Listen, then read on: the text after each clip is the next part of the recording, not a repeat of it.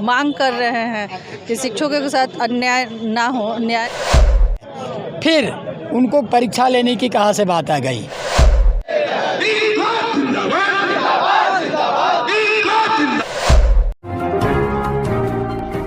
Sect 24 news में आपका स्वागत है। मैं हूं मोहम्मद सादिक। अभी मैं मौजूद हूं सीवान के अंबेडकर पार्क पे, जहां माध्यमिक शिक्षक संघ के द्वारा सत्याग्रह आंदोलन धरना प्रदर्शन यहां रखा गया है। धरना प्रदर्शन के पीछे का क्या उद्देश्य है, बातचीत करेंगे और जानने की कोशिश करेंगे कि आखिर किन वजहों से आज शिक्षक यहाँ धरना और प्रदर्शन कर रहे हैं। हमारे साथ अशोक जी मौजूद हैं, उनसे जानने की कोशिश करते हैं कि आज के धरना प्रदर्शन का क्या उद्देश्य है। सबसे पहले तो आपके चैनल के माध्यम से जितने भी दर्शक हैं उनका हार्दिक अभिनंदन स्वागत करते हैं। साथियों, ये बताते चले कि लगभग 12 दिनों से माध्यमिक शिक्षक संघ सिवान का ये धरना प्रदर्शन यहाँ पर चल रहा है। हमारे सिवान के अंबेडकर पार्क में सत्याग्रह आंदोलन चल रहा है। इस सत्याग्रह आंदोलन का मुख्य उद्देश्य है कि जो बिहार शिक्षक नियमावली 2023 आई है और उसके माध्यम से सरकार जो बीपीएससी का एग्ज़ाम देने का हथकंडा अपनाई हुई है और जो बिहार के 4 लाख नियोजित शिक्षक हैं उनको ठगने का काम कर रही है, उसी को लेकर आज माध्यमिक शिक्षक संघ के बैनर तले सिवान के जितने भी प्राथमिक शिक्षक संघ के जो भी संगठन है सभी यहाँ पर लोग उपस्थित हुए हैं उनका साथ देने के लिए। और जो ये सरकार का तानाशाही रवैया है उसके विरोध में आज आंदोलन का आगाज़ करने के लिए यहाँ पर सभी लोग इकट्ठा हुए हैं। अशोक जी, क्या आप लोग एग्ज़ाम देने से डर रहे हैं? एग्ज़ाम देने में क्या आपत्ति है? क्यों नहीं आप एग्ज़ाम देने के लिए तैयार हैं? जी बिल्कुल नहीं। देखिए, एग्ज़ाम देने में कोई डर नहीं है। हम लोग शुरू से ही एग्ज़ाम देकर ही और यहाँ तक पहुँचे हैं। रोज़ परीक्षा हम लोग देते हैं, रोज़ उसमें सफल होते हैं। हमारे ही पढ़ाए बच्चे आज doctor, engineer, IAS officer, Bihar की जो स्थिति अभी आप देख रहे हैं पूरे भारतवर्ष में, ये जो डंके की चोट पर आईएएस और यूपीएससी की परीक्षा जो पास किए और हमारे ही पढ़ाए हुए बच्चे हैं। आज जब हम खुद अगर एग्ज़ाम देने के लिए तैयारी करें अगर, तो एकदम हमारे साथ नाइंसाफ़ी है। हमारी पढ़ाने की उम्र है, पढ़ने की उम्र नहीं है। अगर सरकार चाहती है तो एक डिपार्टमेंटल एग्ज़ाम ले और हम लोग का जो ओपीएस का मांग है और जो नियोजित शिक्षक का एक धब्बा जो है, धब्बा को मिटाए और राजकर्मी का दर्जा दे। सरकार ने एक नई शिक्षक नियमावली लाई है जो हमारे प्राथमिक शिक्षकों के लिए भी और माध्यमिक शिक्षकों के लिए भी सबके अस्तित्व पर खतरा है। क्योंकि हम आज एक लंबे समय से विद्यालय में पढ़ा रहे हैं। हमारे अध्ययन और हमारे खुद के अध्ययन के लिए और अध्यापन के लिए जो हमारी जो घेरा है वह लिमिट है। हम 1 से 12 तक के ही बच्चों को विभिन्न विद्यालयों में पढ़ाते हैं। कोई 1 से 5 तक पढ़ाता है, कोई 1 से 8 तक पढ़ाता है, कोई 9-10 पढ़ाता है, कोई 10-11 को पढ़ाता है। मेरे कहने का मतलब है कि लगातार कोई जॉब करने के बाद और 10-15 साल जॉब करने के बाद अगर आप फिर से उसकी नई परीक्षा बीपीएससी तरीके के लिए, तो ये अजूबा चीज़ है कि एक अपने ही नौकरी को बचाने के लिए आपको एक नई परीक्षा देनी पड़े।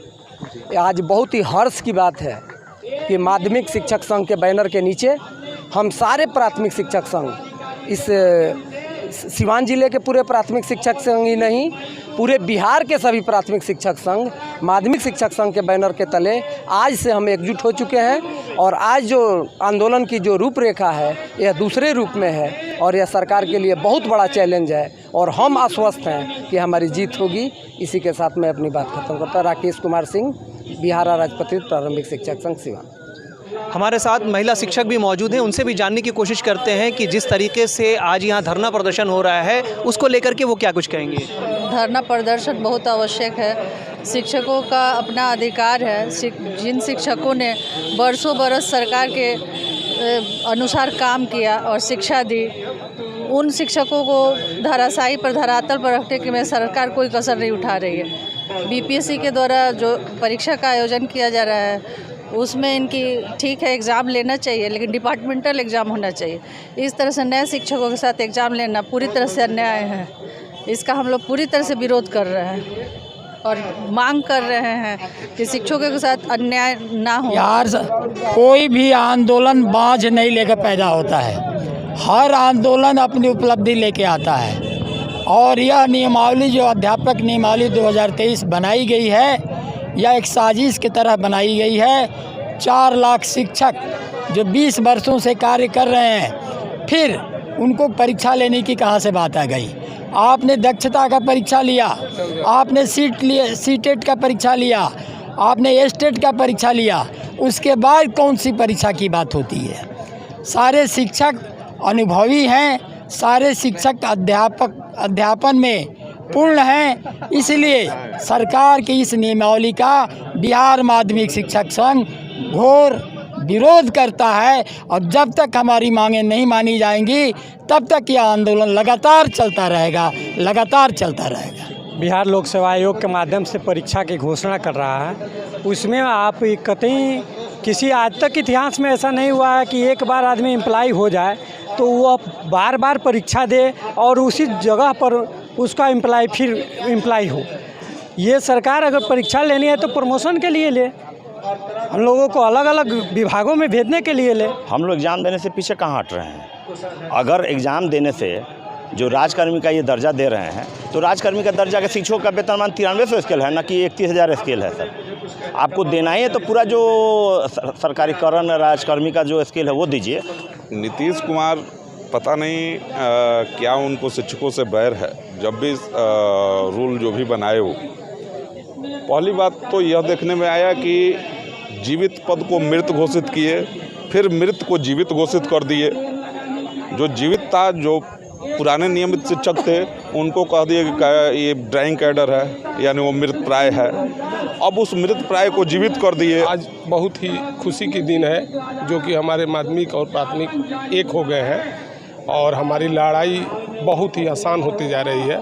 हम लोग सरकार से, हमारे जितने शिक्षक संगठन हैं प्रदेश के आह्वान पर, हमारे जितने प्रदेश में बैठे हैं सब एक साथ हो गए हैं। हम इस लड़ाई को हम लोग भरपूर जीतेंगे। शिक्षक सरकार की नीति के विरुद्ध धरने पर बैठे हुए हैं। सरकार की नीति ऐसी है कि वो विद्यालयों में पढ़ाना नहीं चाहती है, बल्कि शिक्षकों को आंदोलन करने के लिए विवश कर रही है।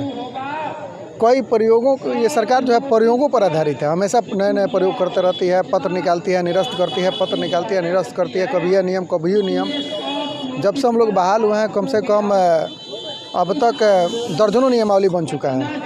सरकार हमारी मांगों को और हमारी बातों को अवश्य मानेगी।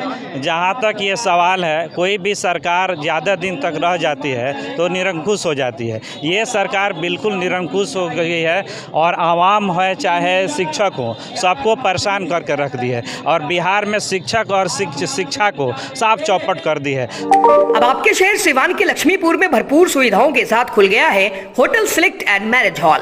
आपको बता दें 10 जून से भारी डिस्काउंट के साथ बुकिंग शुरू है। एक बार जरूर पहुंचें।